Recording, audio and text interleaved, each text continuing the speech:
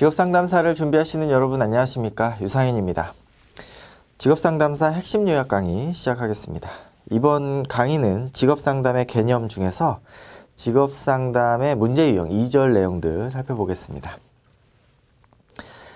문제 유형에서 이제 윌리엄슨의 진단 내용 4가지, 그 다음에 보딘의 5가지 문제 범주 이렇게 나오고 있고요. 그 다음에 이제 요 뒤쪽에 나오지만 이제 크라이티스가 이야기하는 이제 문제 유형들이 있는데요. 요 내용들을 좀 정리를 해보겠습니다. 1번.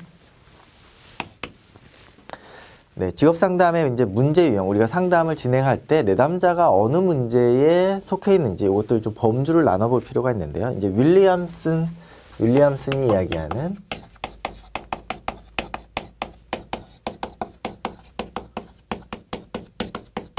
네 가지 범주. 그래서 윌리엄슨이 이제 4가지로 문제 유형을 나눴다라는 것이죠. 첫 번째가 이제 무결정. 무결정. 첫 번째, 무결정.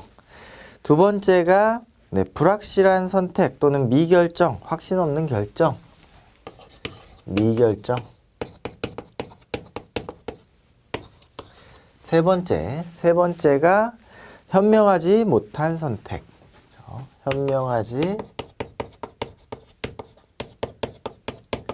못한 선택. 현명하지 못한 선택. 현명하지 못한 결정. 네 번째, 흥미와 적성의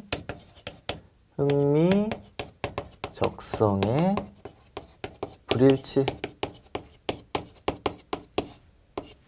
그래서 이 4가지를 좀 앞에 글자를 따서 이제 외워두시면 되겠죠. 무미, 불현. 그래서 무미, 불현. 이렇게 이제 암기를 하시면 되겠는데요. 무결정. 우리가 이제 선택하지 않았다라고 하는 것은 선택을 미루고 있는 것이죠. 모르겠다. 이렇게 대답하는 것. 그리고 이제 미결정. 그리고 자신이 이제 선택을 함에 있어서 이제 자기의 선택을 믿지 못하는 것이죠. 그래서 자기 결정에 대해서 이제 확신이 없는 경우.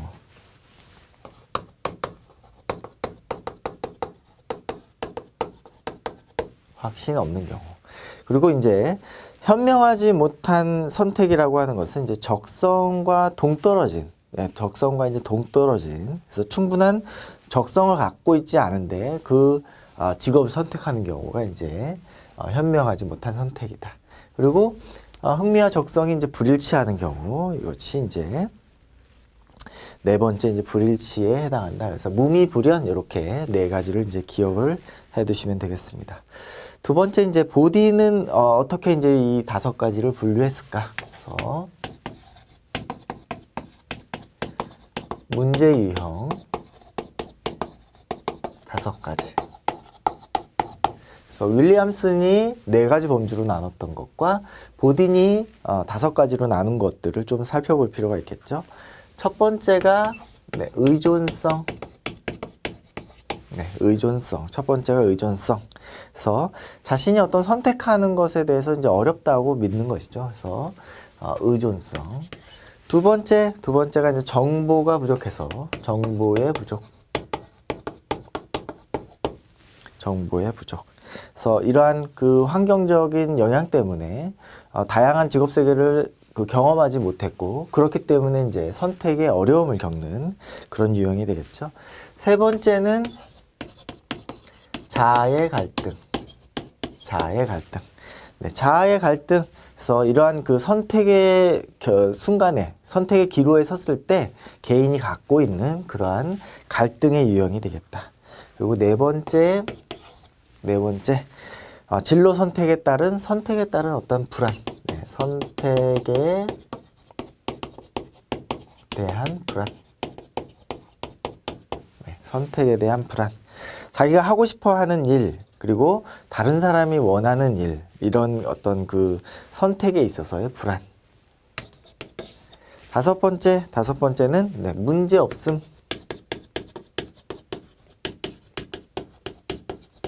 문제 없음 유형이라고 하는 것은 이제 그 확신이 부족한 경우다 이렇게 이야기하고 있는데요. 내담자가 현명한 선택을 한 후에 단지 그것을 확인하기 위해서 이것에 대한 어떠한 충분한 지지나 확신을 얻고 싶어하는 그런 경우가 되겠죠.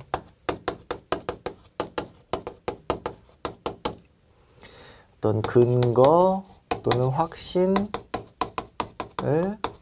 얻고자 하는 경우.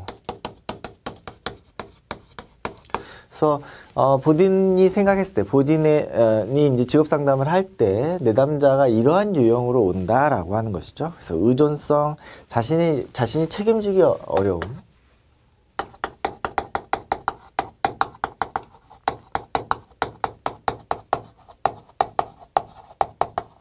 정보의 부족, 그래서 이러한 경험들이 부족한 것이죠.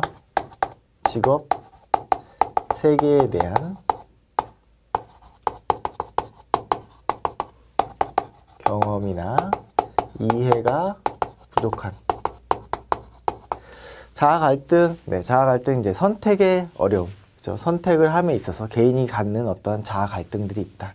그리고 이 선택에 대한 불안들은 주로 이제 자기 또는 타인, 내 기대가 이제 다른 경우가 있겠죠. 자기가 원하는 방향하고 타인이 원하는 방향. 그래서 자신은 이제 어떠한 내가 원하는 방향이 있는데 그러한 직업들은 다른 사람이 봤을 때 어떠한 충분한 지위나 이런 것들이 보장되지 않는 직업이다라고 하는 생각이 들었을 때 이러한 선택에 대해서 이제 불안을 갖게 되겠다.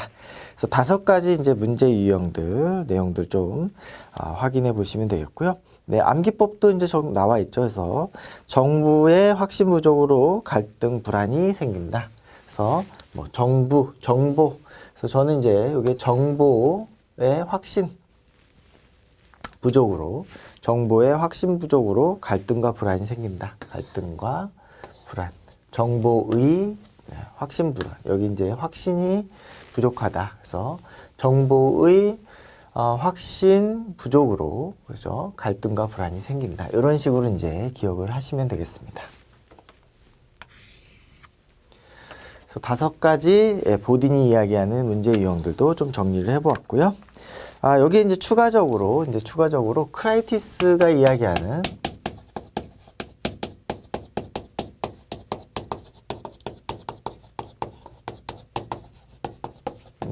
크라이티스가 이야기하는 문제 유형이 있는데요. 총 이제 7가지가 된다. 7가지 3개의 유형으로 3가지 범주로 나누어서 이야기를 하는데요. 첫 번째가 이제 적응성. 그다음에 2번째가 결정성. 3번째가 이제 현실성이다. 이러한 이제 기준에 따라서 이제 문제 유형을 나누고 있다. 적응성에 2가지 이제 내용들이 있는데 적응을 하고 있느냐 아니면 적응하지 못하느냐, 부적응. 그래서 적응하느냐, 부적응하느냐 이 내용은 결국에 이제 흥미와 적성이 일치하느냐. 부적응형은 흥미와 적성이 일치하는 어떤 직업을 선택하지 못하고 있다. 이러한 상황이고. 결정성에도 이제 2가지로 나눌 수 있는데 잘 결정하고 있느냐, 그죠? 의사결정의 얘기가 되겠죠. 그래서 다재다능, 너무 가능성이 많아서 선택을 못하는 경우.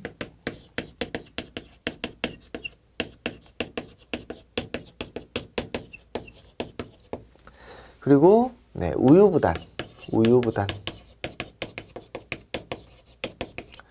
우유부단하는 것은 이제 자신이 이러한 그 직업을 선택하는 데 있어서 성격적으로 어려움이 있다는 것이죠. 성격적인 어려움. 결정에 있어서 이제 성격적으로 무엇을 딱 하나 설정하기가 어렵다. 현실성에 이제 3가지로 우리가 이야기할 수 있는데요. 현실성, 비현실형.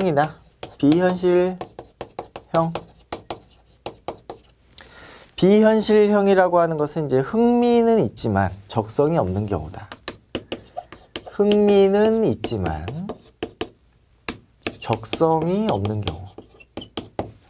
흥미만 있고 적성이 없으면, 그죠? 적성이 없으면 굉장히 이제 우리가 그 직업 세계를 수행하는 데 있어서 어려움이 있겠죠. 그래서 적성이 있어야지만, 흥미도 있고 적성이 있어야지만 우리가 적응형이다 이렇게 얘기할 수 있는데 그렇지 못하다. 그리고 네, 불충족형.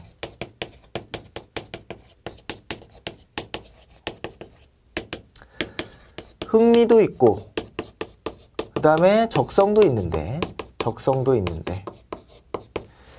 너무 낮은 수준의 직업. 이 내담자의 적성은 굉장히 높은 수준인데 낮은 수준의 직업을 선택하고 있다. 그렇기 때문에 어떻다? 충족하기, 만족하기가 어렵다라는 것이죠. 그리고 강압형. 적성은 있는데 흥미가 없는 경우. 네. 적성은 있어서 이제 직업을 선택했는데 흥미가 없어서 이것들을 계속 유지하기가 어려운 것이죠. 그래서 억지로 그냥 하고 있는 그런 유형이다라는 거. 그래서 이렇게 문제 유형들을 이렇게 세 가지 정도로 이제 나누어 볼 수 있다라고 하는 거. 이제 중복되는 부분들도 있지만은 이제 각자 학자들이 보기에 이렇다라는 거. 내용들을 보시고, 윌리엄슨 4가지, 보딘 5가지, 보딘은 5가지, 그 다음에 크라이티스는 7가지다. 세 가지의 범주로 나누었다라는 거 정리를 해보시면 되겠고요. 그 다음에 3번에 브레이필드가 이야기하는 직업정보 기능의 분류가 나와 있는데요. 이 내용은 뭐냐면 이 직업정보를 제공하는 것이 어떠한 목적을 갖는가라는 것입니다. 그래서 브레이필드의 직업정보 기능, 3번에 브레이필드가 이야기하는 직업정보 기능 3가지. 첫 번째 직업정보를 제공하는 목적은 정보를 제공하기 위해서다. 정보 제공. 그래서 이 직업정보를 분류해 가지고 이 정보를 제공하는 것이 이제 이 직업정보 기능을 분류하는 직업정보 기능을 직업정보를 이렇게 제공하는 그런 목적이다. 우리가 이제 단선적으로 이해했을 때 이런 내용들이 이제 목적에 부합한 내용이 되겠죠. 두 번째 기능은 재조정 기능이다. 재조정. 네. 그래서 이 직업 정보를 주면서 정보를 제공하면서 이제 내담자가 자신의 어떠한 그 내용들, 그런 기능들을 이제 재조정하게 된다. 세 번째는 이제 동기화 기능이다. 그래서 이런 직업 선택을 함에 있어서 이러한 기능들을 가지고 있다라는 거. 그래서 정보 제공, 재조정, 그리고 동기화, 이렇게 세 가지 브레이필드가 이야기하는 직업 정보의 목적, 직업 정보 제공의 목적이 되겠다. 그래서 정리를 해 놓으시면 되겠고요. 여기까지 이제 우리가 그 첫 번째 직업 상담의 개념 내용들, 1번 챕터들, 첫 번째 챕터 내용들 좀 모두 살펴보았고, 챕터 2번, 그죠? 기초 상담 이론 내용들 정리를 해보겠습니다. 판서 내용 지우고 진행하도록 하겠습니다.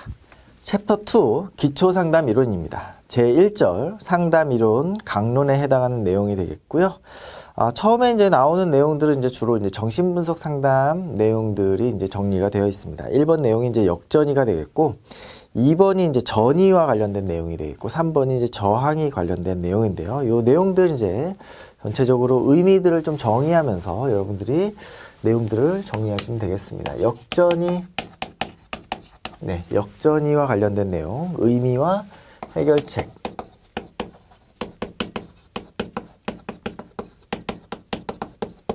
우선은 이제 역전이 이전에 전이가 무엇인지를 알아야 되겠죠. 전이라고 하는 것은 이제 내담자 과거의 경험,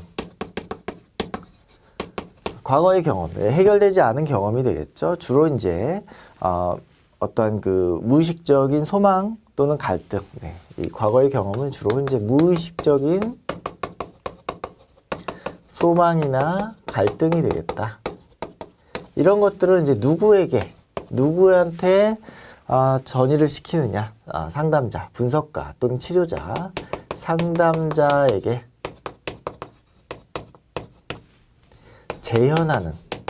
재현이라고 하는 거 다시 나타나는 것이죠. 그래서 내담자의 과거 경험이 상담자에게 재현되는 것이 바로 전이다. 예를 들어서 이제 아버지와의 관계에서의 어떤 무의식적인 갈등이 있었다라고 했을 때 상담자를 아버지처럼 여겨서, 그것은 의식적인 부분이 아니라 무의식적인 부분이 되겠죠. 아버지처럼 여겨서 굉장히 이제 위축감을 느낀다던가 아니면 자신의 이야기를 솔직하게 이야기하지 못하는 그런 상황이 올 때 이것은 이제 전이다라고 얘기하고, 그러면 역전이는 무엇일 것인가? 역전이는 무슨 내용인가? 이것이 이제 반대가 되는 것이죠. 상담자의 어떤 그런 과거 경험을 누구에게? 내담자에게 재현하는 것이다. 네, 이것이 이제 거꾸로 된다라는 것이죠. 그래서 전이와 역전이를 이해하시면 되겠고요. 이러한 역전이를 어떻게 해결할 것인가? 네, 교재에 나와 있는 것처럼 상담자가 자기 자신의 감정의 기원에 관심을 갖고 잘 관찰하고 현실적인 관계에 주목하고 자기 성찰이 필요하다. 이러한 역전이로 인해서 이제 전문적인 관계를 지속할 수 없을 때에는 좀 다른 상담자에게 의뢰하는 것도 좋겠다. 그래서 해결책은 첫 번째로 자기 분석이 필요하겠죠. 자기 분석.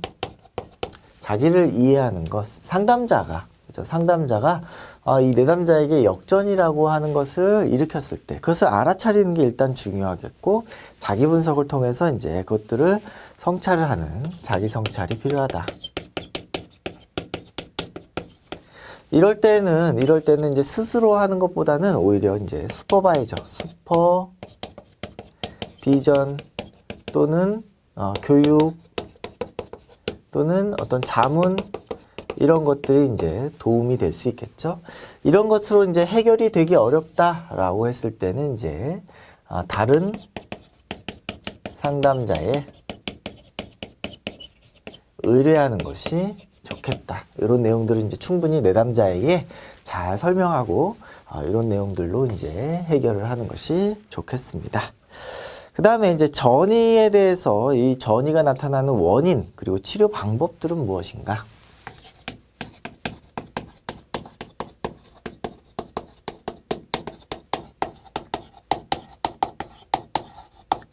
이러한 전이, 그죠? 우리가 처음에 내담자가 상담자에게 재현하는 내용이다. 이것이 이제 투사적인 과정이다. 이렇게 얘기하기도 하는데요. 이러한 투사적인 과정들이 나타나는 원인이 무엇인가? 상담자가 내담자의 관심에 지나치게 동일시되면 상담에 대한 객관성을 잃어버리게 되고, 내담자가 상담자에게 의존성을 강화시킨다라고 되어 있는데요. 이러한 전이는 첫 번째 원인. 첫 번째로 상담자에 대한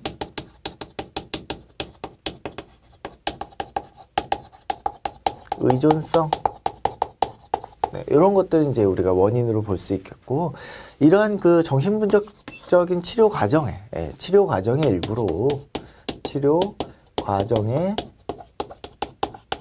일부로 이제 많이 받아들이고 있습니다.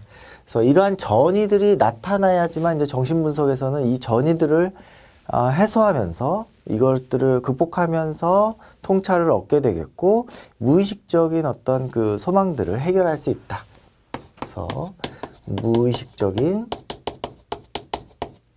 소망이나 갈등을 해소하는 그런 과정의 일부이다. 이렇게 정리할 수가 있겠고, 그러면 이러한 전이들은 어떻게 치료할 것인가?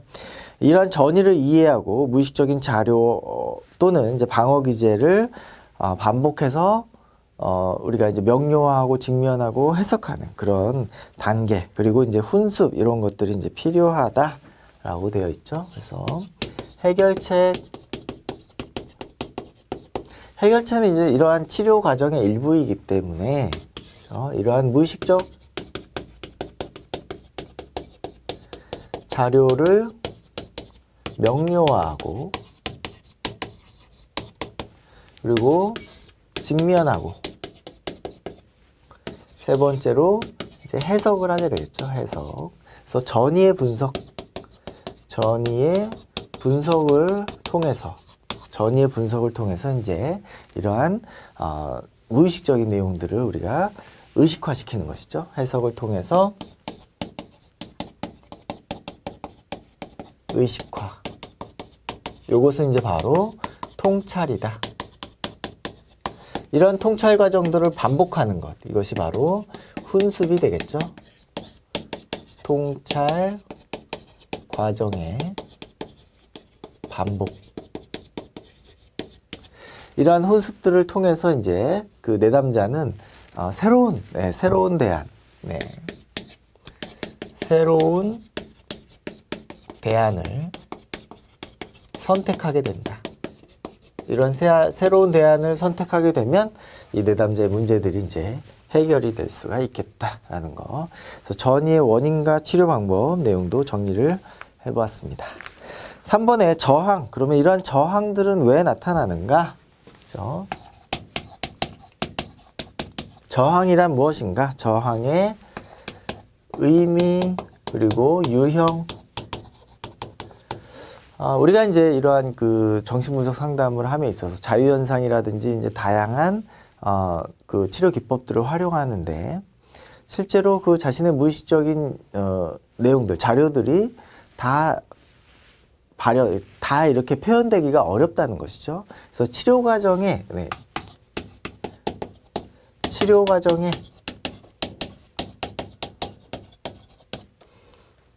방해가 되는 모든 것, 치료 과정에 방해가 되는 모든 것을 이제 큰 의미에서, 넓은 의미에서 저항이다. 이렇게 이제 정의를 하고 있고요. 교재를 보시면 치료 향상을 저지하고 내담자의 무의식적인 욕구를 도출하는 것을 방해하는 것. 그래서 상담 관계 변화에 방해하는 중대한 요소로서 개입의 목표와 반대되는 내담자의 행동을 의미한다. 그래서 치료 과정에 방해되는 모든 것, 모든 내담자의 행동. 이것은 의식적이든 의식적이지 않든 무의식적이든 모든 것들을 다 의미한다. 이것이 이제 저항이다. 어떤 의미에서는 이제 전이도 저항에 포함될 수 있다. 이렇게 이제 설명하기도 합니다. 그러면 이러한 유형들, 저항의 유형은 어떻게 나타나는가? 이 유형들은 이제 내담자가 어떠한 태도를 보일 때 이것이 저항이다라고 우리가 판단할 수 있다는 것이죠.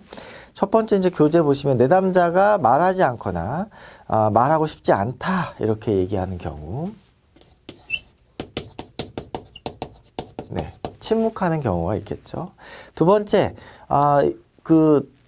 어떤 내담자의 어떤 무의식적인 자료들을 이야기하는 것이 아니라 주제와 동떨어져 있는, 주제가 벗어나는 내용들을 이야기할 때 이것도 역시 우리가 저항의 하나의 유형이다 볼 수 있겠죠. 세 번째로 내담자가 잘 안 될 것이다, 소용이 없다 라고 무력감을 나타내는 경우,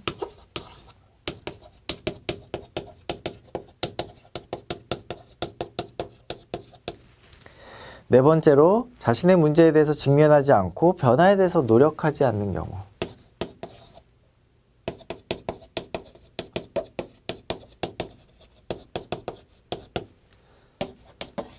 다섯 번째, 내담자가 약속 시간을 어기거나 지각 또는 결석, 이런 경우, 그리고 지루해하거나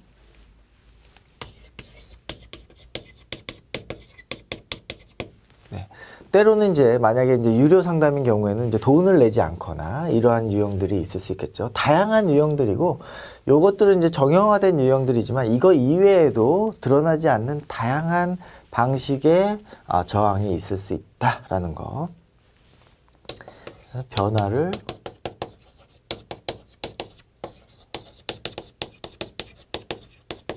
이러한 양식으로도 이제 나타날 수 있다. 다양한 방식으로 이제 저항이 나타날 수 있다라는 거 정리를 해보시면 되겠고요.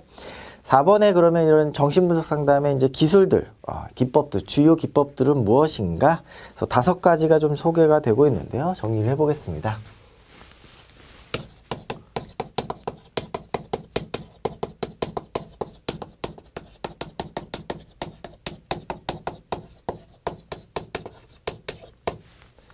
네, 1번 내용이 이제 진단이 되겠죠. 진단.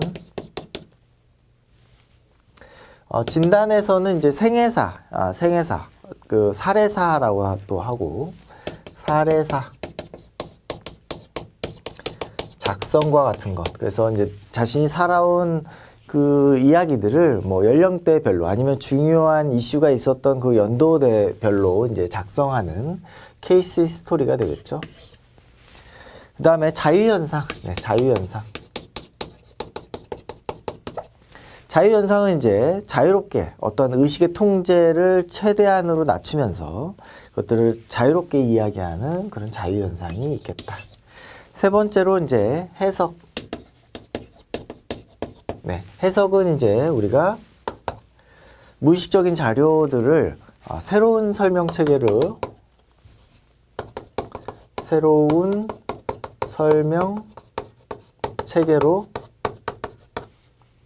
제공하는 내담자에게, 내담자가 내담자의 지금의 어떤 행동 이런 것들을 기존에 이해하던 것과 다르게, 그렇죠? 무의식과 관련된 설명을 통해서 이제 정신분석가가 새로운 설명들을 제공하면서 통찰에 이르게 하는 것이죠.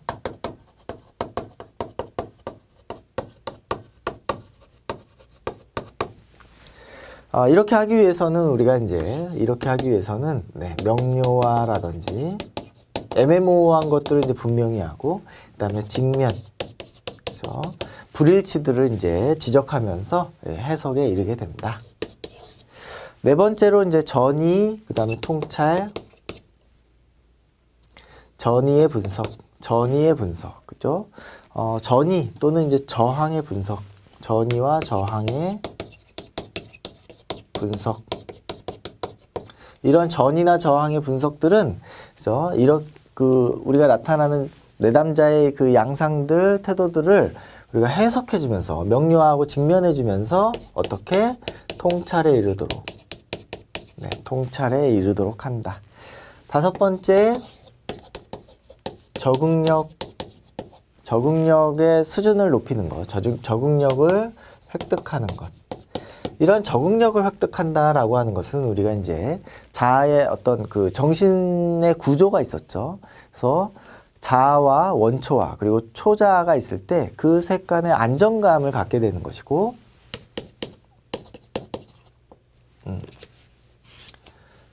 정신 구조의 안정화를 나타내는 것이고, 이런 안정화가 되기 위해서는, 그죠? 자아의 기능이 강화되어야 된다. 그래서 자아 기능이 강해야지만 초자아와, 그죠? 우리 그 원초와의 균형들을 안정화시킬 수 있다. 그래서 이렇게 주요 기법들, 내용들 정리를 해보시면 되겠습니다. 5번에 이제 그 정신분석 상담에서 불안의 유형들이 좀 정리가 되고 있는데요. 이 내용은 판서 내용 지우고 정리해 보겠습니다. 네, 5번에 이제 불안의 유형들인데요. 우리가 이제 그 다양한 그 위협들로부터 이제 그 위기를 느끼게 하는 것, 그것이 이제 바로 이제 그 불안이 되겠는데요. 이 불안이라는 것은 이제 위험이 가까이 있다는 신호를 이제 자아가 감지하는 것이 바로 불안이다. 여기에 이제 이 불안의 종류들을 이제 3가지로 나누어서 보고 있는데요. 네, 5번.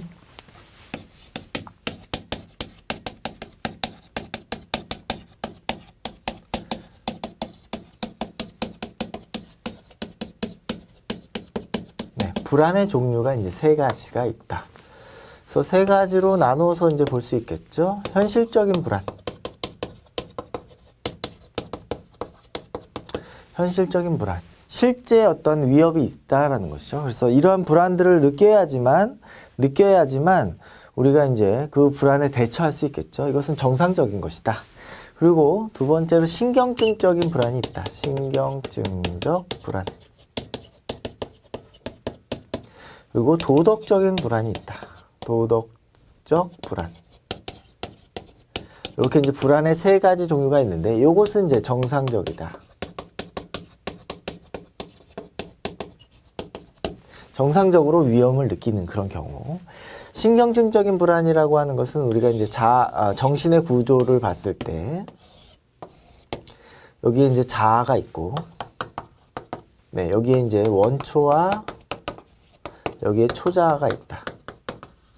이럴 때 이 원초아에서 올라오는 그런 본능적인 욕구들, 욕구들이 의식의 경계를 뚫고 나올 것 같은 그런 불안. 네, 이 원초아와 자아와의 관계이다.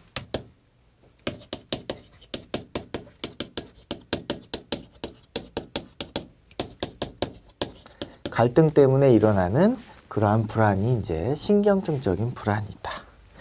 도덕적인 불안은 이러한 그 원초와의 욕구, 그 소망, 욕구가 초자아가 보기에 너무 지나치다라고 판단해서 이 초자아가 자아를 계속 푸시하는 것이죠. 이 원초아가 올라오지 못하도록 해라.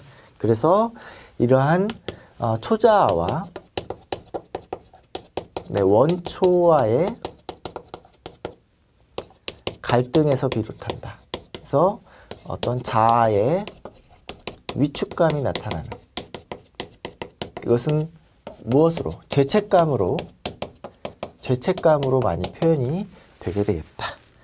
그래서 이제 부도덕한 방식, 이런 그 내용들 때문에 굉장히 이제 불안해하는, 이런 죄책감을 많이 느끼는 그러한 종류의 불안이 이제 도덕적 불안이다. 그래서 신경증적 불안과 도덕적 불안 내용들 살펴보시면 되겠고요.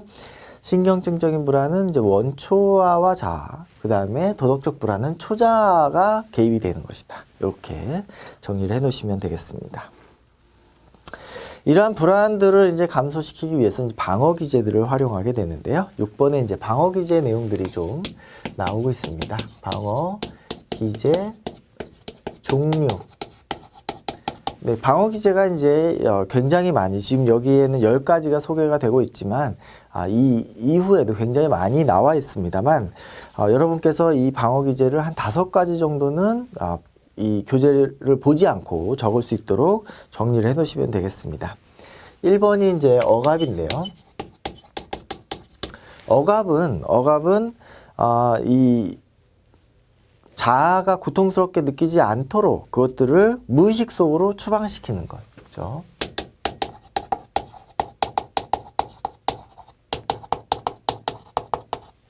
무의식에서 의식으로 나오지 못하도록 추방 또는 억압하는 것, 억제하는 것이다. 이렇게 이제 정리를 하면 되겠고, 여기에서 이제 이 그 무의식적인 그런 의식에서부터 무의식으로 이제 억눌러 가지고 나오지 못하도록 그렇게 하는 것이죠. 이러한 억압들은 1차적인 방어 기제다. 이렇게 이제 이야기하는데요. 이러한 억압이 없으면 사실은 이제 무의식이 없는 것이죠. 이러한 억압 때문에 무의식이라는 부분들이 이제 존재한다라는 거 정리하실 수가 있겠고요. 두 번째가 이제 반동 형성이 되겠습니다. 반동 형성이라고 하는 것은 이제 반대로 하는 것이죠. 반대로. 자신의 어떤 자신이 느끼는 어떤 욕구나 감정과 반대로 행동하는 것. 그래서 예를 들어서 이제 미운 사람 떡 하나 더 준다 이런 것처럼 반대로 행동하는 것.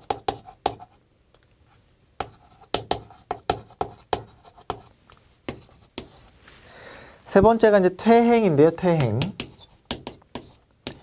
퇴행은 이러한 불안을 느낄 때 자신이 안정감을 찾았던 미성숙한 단계로 후퇴하는 것이죠.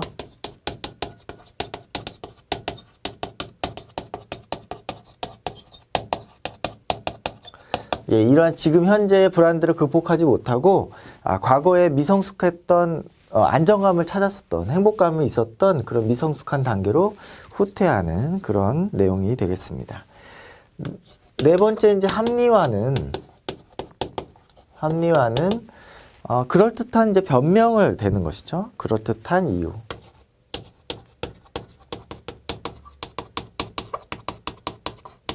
그래서 여우와 심포도 이야기를 많이 하는데 여우가 포도를 따먹지 못하니까 저것은 실 거야 라고 변명을 하는 그런 내용이 합리화다. 그러한 방어 기제. 그 다음에 전치는 덜 위협적인 대상으로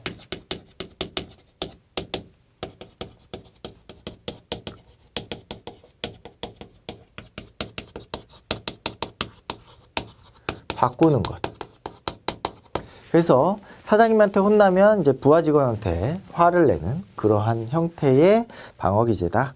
여섯 번째, 투사가 있는데요. 이 투사는 한마디로 얘기하면 남 탓이다. 자신의 어떤 그 해결되지 않는 욕구나 소망들을 저 사람이 그랬을 것이다 라고 이제 무의식적으로 생각하는 것이죠. 일곱 번째, 부인 또는 부정. 이것은 이제 그 상황들을 자신이 받아들일 수가 없기 때문에 인정하기 어려움, 인정하지 않는 그러한 방어 기제가 되는 것이죠. 그래서 자신이 굉장히 중요하게 생각했던 어떠한 그 인물과 이별이 되었을 때 그 인물과 진짜로 이별한 것이 아니다라고 이제 생각하는 것이죠. 8번에 이제 승화가 있는데요. 승화. 어떠한 적절한 의미의 방어 기제다. 주로 이제 예술과 같은 내용이다. 그래서 현실적으로 용납되는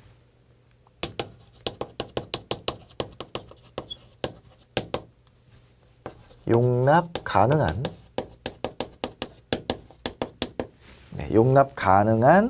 어떠한 그 행동으로 바꾸는 것이죠. 아홉 번째가 이제 내면화인데요. 내면화는 외부의 대상을 자기의 어떤 자아 체계로 수용하는 것이다. 이렇게 이야기를 하고 있고요. 이러한 그 대상, 외부 대상에 대한 적대적이고 부정적인 감정을 자신에게로 가져왔을 때 이제 우울한 그 느낌들이 든다. 우울증이 된다. 뭐 이렇게 얘기합니다. 그래서 외부 대상을 자아 체계로 수용하는 것. 그것이 이제 내면화이다. 열 번째로 이제 지성화, 주지화, 또는 지성화. 현실적인 그런 고통들을 추상적인 개념 또는 어떠한 그 상징으로 분리시키는. 그래서 이러한 굉장히 이제 우리가 이제 그 감정적으로 슬픔을 느끼고 싶지 않아서 이런 그 개념들에 대해서 이야기하면서 문제 해결에 문제를 해결하려고 하는 그러한 방어 기제다. 그래서 현실과 이제 멀어져 있는 그런 느낌이 있겠죠. 그래서 10가지 방어 기제들을 좀 정리를 해보았고요. 여러분들이 5가지 정도는 이제 교재를 보지 않고 적을 수 있도록 기억을 하시면 되겠습니다. 여기까지 우리가 이제 그 기초상담 이론에서 정신분석 상담에 대한 내용들 좀 살펴보았는데요. 다음 강의에서는 이제 아들러 개인주의 상담 내용 진행하도록 하겠습니다. 수고하셨습니다. 감사합니다.